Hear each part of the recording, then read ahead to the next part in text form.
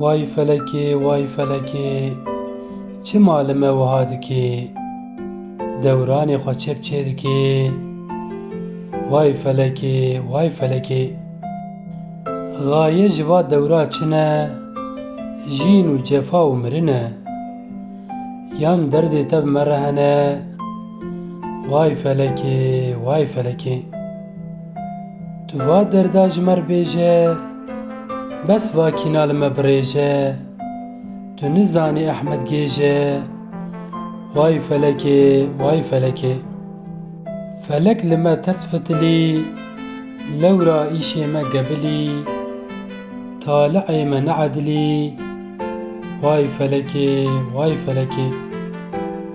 Felek ji vakîna bes-ke, rojek tenê ji me hes ke. Taliê me tu bes nehs ke. Vay felekê, vay felekê. Felek heqê te li me nîne, bi me re tu digirî vê kîna. Zêde dikê va birîna.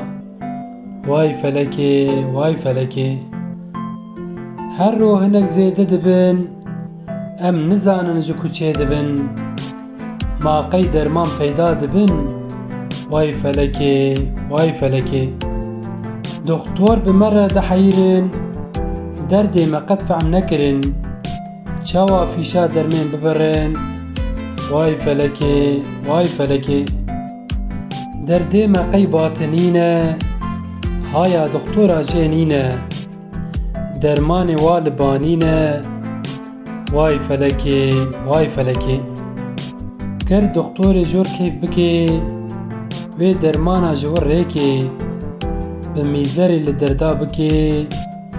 Vay felekê, vay felekê. Wî wextî derd derman dibin, şewt û şewatê wa diçin. Qîr û hewar zail dibin. Vay felekê, vay felekê.